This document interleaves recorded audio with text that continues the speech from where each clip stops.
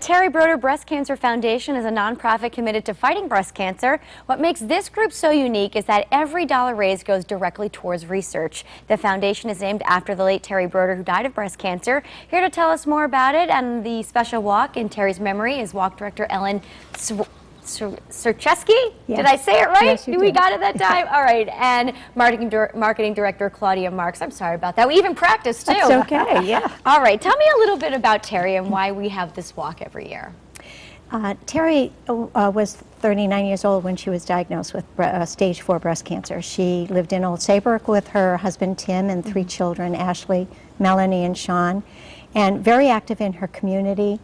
She and Tim were college sweethearts, inseparable, and she was diagnosed stage 4, never had any history of breast cancer in her family, so it was a shock to the family. But she struggled valiantly. She died in October of 2005. We were looking at pictures. She was a mom. She was mom, yeah, mom of 3 children. They were, well, the youngest was 7, I know that for a fact, when she died. Okay. So it was a tough battle for her, yeah. Claudia, tell me about the walk. It started in 2006, the year after Terri died. It was started by 2 women. It was started by 2 women. The 2 women are Norma Logan and Sandy Maniscalco. Okay. And the story really with Norma is that Norma was also diagnosed with breast cancer before Terri was diagnosed with breast cancer, and she died of stage 4 metastatic breast cancer shortly after Terri died. Okay. They decided, these 2 women decided to do a walk, and they did a walk and raised somewhere around $200,000 for breast cancer. And they realized that they're raising $200,000, that about $80,000 of it went to overheads of the organization that they were raising money for. Really? That's surprising. It hit them in the face, actually. And so Norma Logan decided that she didn't want to do it that way. So she and Sandy started the organization that made the determination, we call it Logan's Promise, is that 100% of the money that is donated to the organization in funds raised during these kinds of walks or fundraisers will go 100% to breast cancer research, and it will cover the costs of the foundation in a different way. And that's what makes us so unique, because That's you what don't makes see it that so with unique. other organizations. Right. Yes. Let me ask you, Ellen, how are we doing in the battle against breast cancer? Well, Claudia can really talk about that as a survivor. I am a 2-time survivor, almost 20 years ago and almost 10 years ago. Okay. So I could see in my treatments that things have changed over the years. Survival rates are getting better, death rates are decreasing, especially in younger women. The work that Terri Brodeur does is one of the things that's letting those numbers change over time. Better treatments, better options, less drastic treatments, and the folks that are going through breast cancer today, it's still stage 1 is common.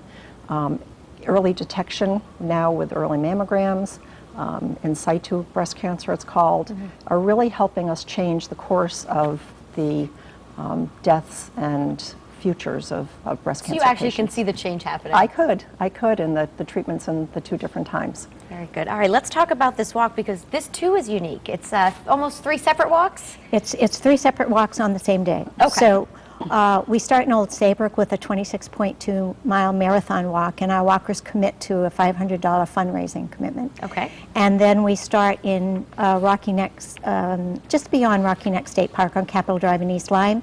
That's a half marathon, 13.1 miles. And then in Niantic, we have the quarter marathon start at the Baptist Church in Niantic, and that's a quarter marathon, 6.55 miles. And we're going through some pictures on the screen. This is from last year's? This is from last year's walk. This is Claire Strickland and Marcy Brensilver. They both have on their survivor caps, and they're both breast cancer survivors. And I actually saw this picture, and I decided that I needed to find out who this woman was with this pink hat and this. Oh, you found it. You did the research. I did the research and found who it was. And this woman, Claire Strickland, who's from Gales Ferry, actually was in between chemo treatments and radiation treatments, and she walked 26.2 miles that day. Wow. And it was just the look of determination and success that said, we've got to find who this woman is and use her as our advertising for this year. and she's been fabulous. Now, a lot of ways people can help with the walk. You're looking for volunteers? We're always looking for volunteers. We usually have over 200 volunteers, and they're the ones that really make this walk experience unique for our walkers. They're just devoted to it, they're fun, they have a good time, and they make the walkers laugh and endure those 26 miles. And get through it, right? Yeah.